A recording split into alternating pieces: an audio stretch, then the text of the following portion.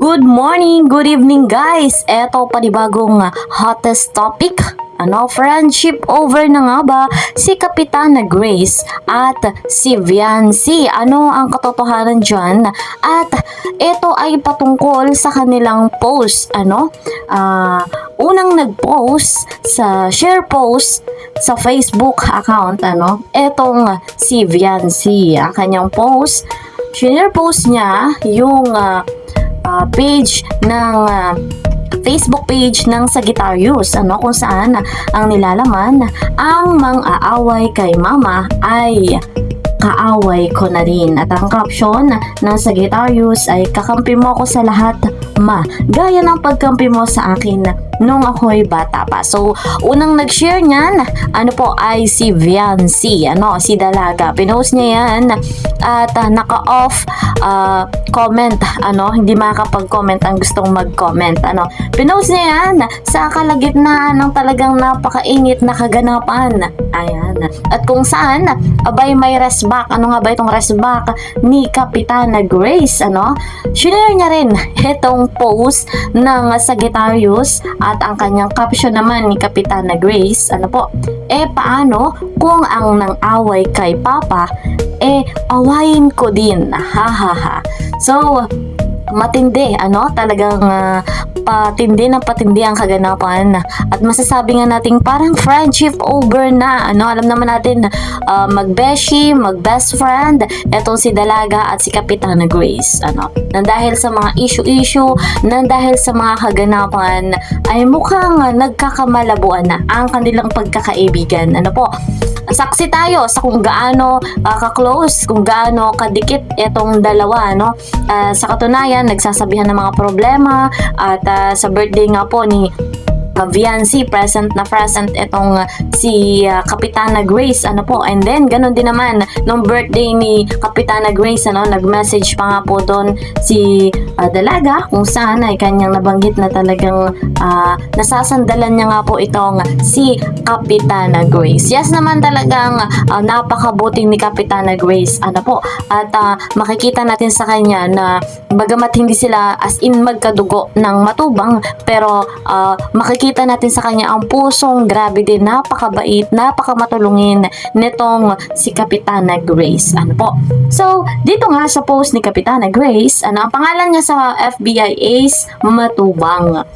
So, basahin natin ang mga komento dito kung ano nga bang mga salubin din ng mga viewers o ng mga commentors patungkol sa post na ito, kagaya nga. At ang nakalagay nga dito, ang maaway kay mama ay kaaway ko na rin. At unang nag-post niya na ay si Viancy. At syempre, nag-post din itong si Kapitana Grace. Ang sabi niya, paano kung yung away kay Papa, awayin ko din. Narito, pakinggan natin ang mga mensahe ng mga talagang solid. Sabi dito, kakampi mo na ako pag ganyan, Gracia. Ayan. Sabi din dito, tama ka Grace, mas importante ang papa sa kaibigan. Marami ang kaibigan, ang papa magulang, iisa lang. Aba, talagang aawayin namin ang mga away kay Papa Val. Umpisahan mo na, Bibi, at tatapusin namin. Go Grace, unahan mo na yung nasa malapit sa inyo. So, ito pa, kakampi mo kami. Saan na to? Kakampi mo kami dito, Grace. Sige, suportahan ka namin dito, Kapitana. Eto pa, yung nang-away sa daddy namin noon, kaming magkakapatid, sumugo din. Alangan na pinapanood lang namin na kinakanti ang aming ama. Oo, awahin mo, ni din ipagtanggol ang ama ng tahanan. Kakampi mo na rin ako, Gracia. Umpisahan mo, Gracia, back up ka namin. Marami talagang solid na nagmamahal sa Team Kalingap. Meron pa, nice one, Grace. Dapat naka-open din Comsec nun So, oo nga po, etong kay Kapitana Grace, kay Ace Matubang, naka-open na comment section niya, pero doon kay Viancy, syempre mababash nga lalong maigi, kaya naka-off cam. So marami talaga ang nag-comment, ano, sige, awayin din natin, inaway na namin, kakampi mo rin kami dito, Grace, di ka nag-iisa, Grace, samahan ka namin, kakampi mo kami, Grace, wow, alpas na ang galit ng best friend ko, Grace. So ano, di ba? So alam din nila kung gaano yung pagkakaibigan ng dalawa, kung gaano sila ka-close, ano po. So mauwi sa ganitong pangyayari, ano po. So kung dati pa nga lamang nakinig ang kabilang panig sa payo ni Kalinga Prab, hindi ganito yung mangyayari. As in, close na close sila, parang nagkaroon na ng division, ano, parang nagkaroon na sila ng sakit sa puso, sa damdamin, ano, na yung pagkakaibigan nila ay may, ano na, parang may lamat na, ano po. So alam naman natin si Kapitana Grace mapagmahal na anak, ano, at alam din natin na mapagmahal sa kaibigan. Sa katunayan, kahit nga po kasal ni Kalingap JJ at ni Kakay, ano po yung kapatid nila.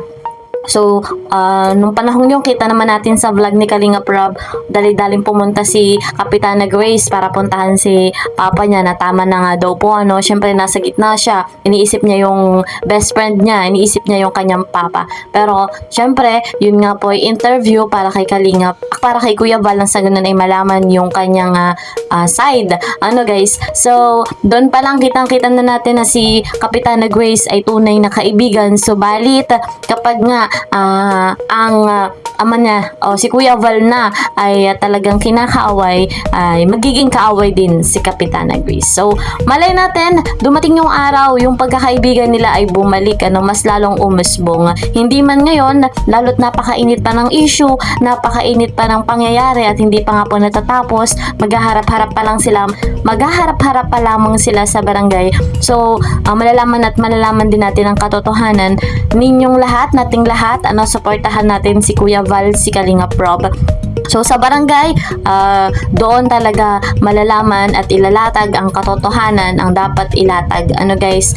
So nakakaawa lamang umabot sa ganitong punto na sa nagpatulpo sila, ano. So mas lalong malaking kahihiyan. Kung gusto talaga nilang umalis sa Kalingap, kung gusto nilang ma-take down yung video, o kung gusto pa nila, kung ano pa man ang gusto nila, ano, sa barangay na lang sana. Hindi yung na maraming sumali, ano, na reactor, maraming sumali ng mga vlogger na nagbigay ng kanilang opinion, at syempre mas kawawa ay si Viancy. Ano, ginusto naman po nila yon, hindi maaaring din nila ginusto dahil sila po mismo yung nagpunta sa Raffy Tulfo in action, ano.